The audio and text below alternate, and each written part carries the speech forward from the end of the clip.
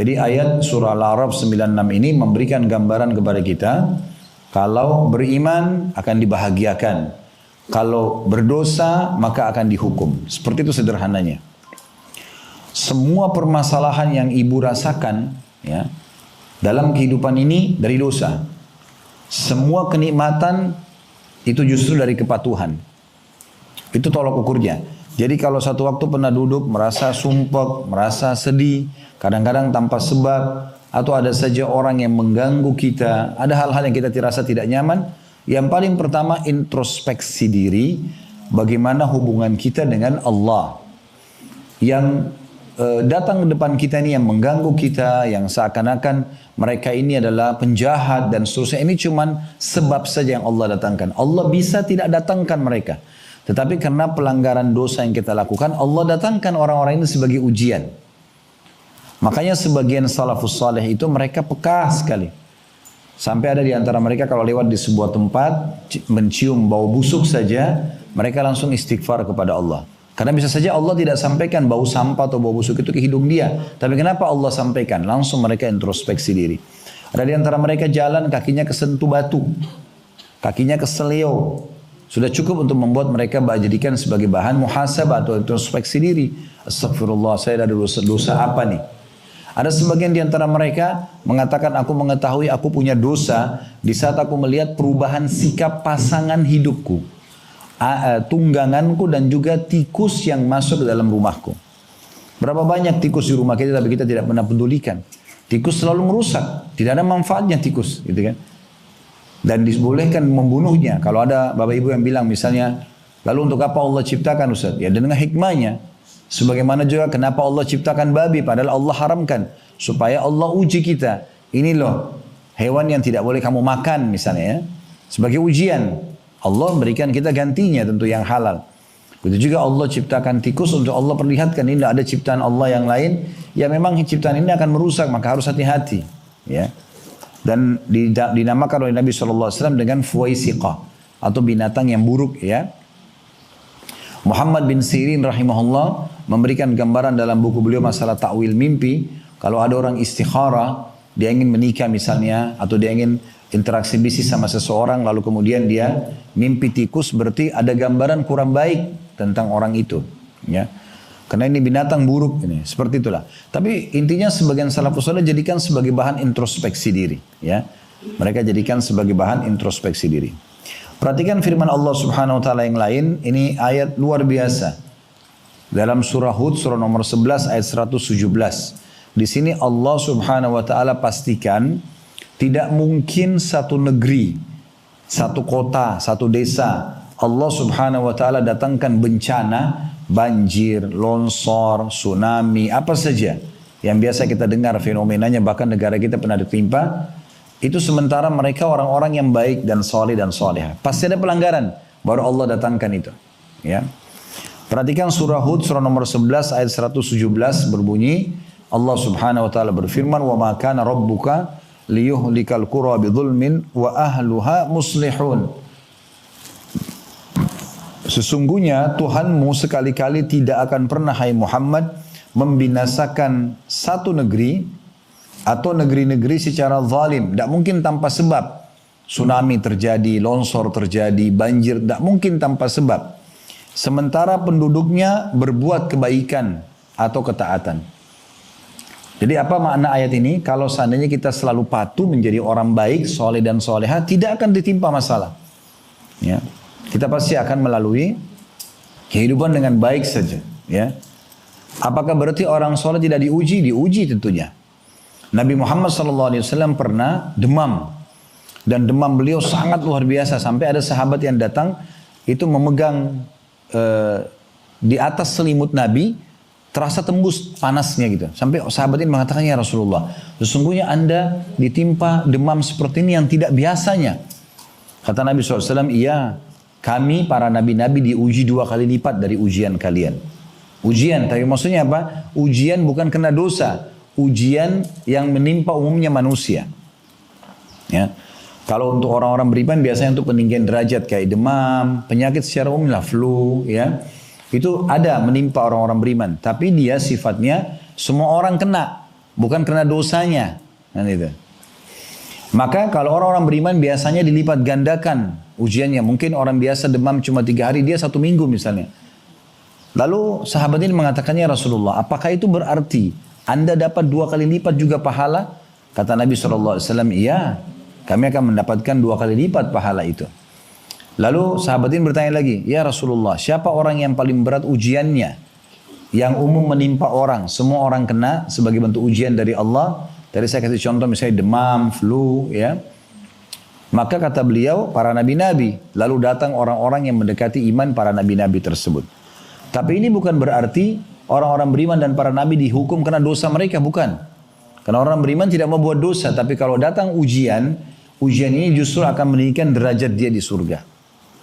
Ada derajat-derajat di surga yang kita tidak bisa jangkau kecuali dengan sholat malam 100 tahun. Puasa sunnah 100 tahun misalnya. Ya, sedekah 100 tahun. Tapi umur kita hanya 70 atau 80 tahun. Allah mau kita mencapai derajat itu. Bagaimana caranya? Allah datangkan ujiannya. Ya, ada orang kena penyakit, dia harus minum obat. Sudah 10 tahun berjalan minum obat. Itu ujiannya. Supaya dia sampai derajat itu.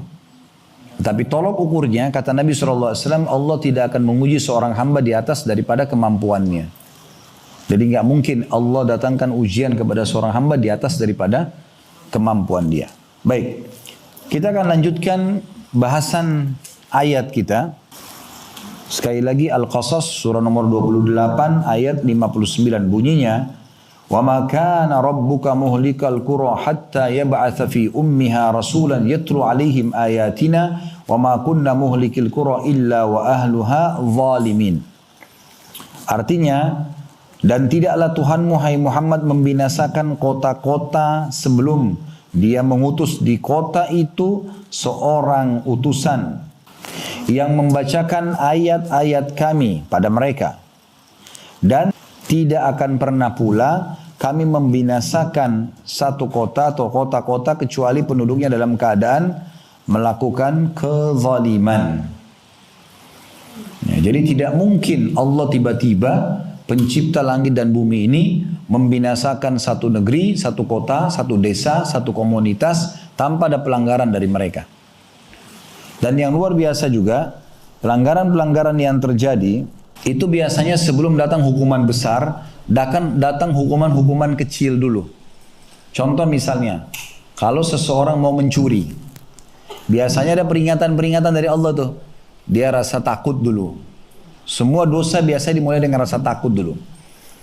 Nah, kalau dia engah, saya takut nanti ketahuan, nanti Allah hukum, nanti saya dipermalukan dan seterusnya, maka dia akan berhenti. Kalau dia berhenti, selesai. Tapi kalau enggak datang, dia tetap, nggak apa-apalah, tetap dilakukan sama dia, tetap dia mencuri misalnya. Biasanya datangkan peringatan lain, ada teman yang lihat, ada teman yang nasihatin, tetap juga nggak mau dengar. Nah, terus saja begitu peringatan demi peringatan sampai akhirnya Allah datangkan hukuman yang besar yang memberhentikan dia dari kesalahannya tersebut. Dan perlu kita tahu ya, hukuman yang datang kepada seseorang dari Allah Subhanahu wa taala, walaupun berat itu di mata orang tersebut, sebenarnya kebaikan buat dia. Misal ada orang mencuri, sudah peringatan, rasa takut, ketahuan temannya, kemudian dipecat dari kantornya. Ada orang kan tetap pindah perusahaan, menipu lagi di sana, mencuri lagi. Nah, ini semua terus terulang, akhirnya sampai satu waktu Allah permalukan yang besar sekali, ketangkap, dipublish di publik misalnya, dan seterusnya, sampai akhirnya dengan begitu dia berhenti. Sebenarnya di kacamata manusia dia sedang dipermalukan, tapi sebenarnya di sisi Allah Subhanahu wa taala itu bentuk kasih sayang. Karena kalau tidak dibongkar pada saat itu, dia akan terus dengan kesalahannya. Ada orang dengan peringatan lisan mau berhenti, ada orang tidak, nggak mau berhenti. Terus saja sampai nanti peringatan besar datang padanya, baru dia mau berhenti. Nah, jadi ini cara memahami cobaan-cobaan Allah Subhanahu wa taala. Kemudian teman-teman sekalian, kita juga bisa membaca surah Al-An'am, surah nomor 6 ayat 131. Saya bacakan, "Dzalika allam yakun rabbuka muhlikal qura bidzulmin wa ahluha ghafilun." Ketahuilah hai Muhammad, bahwasanya Tuhanmu tidak akan pernah membinasakan sebuah negeri ya secara zalim sedangkan penduduknya masih dalam keadaan lengah atau tidak tahu.